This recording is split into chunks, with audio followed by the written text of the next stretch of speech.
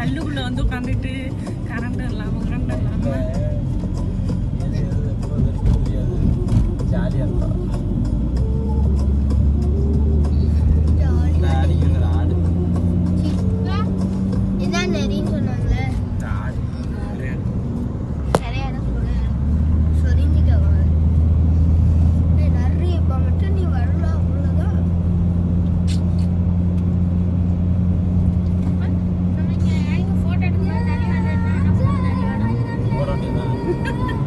எங்க போய் ஏறி குதிக்கிறது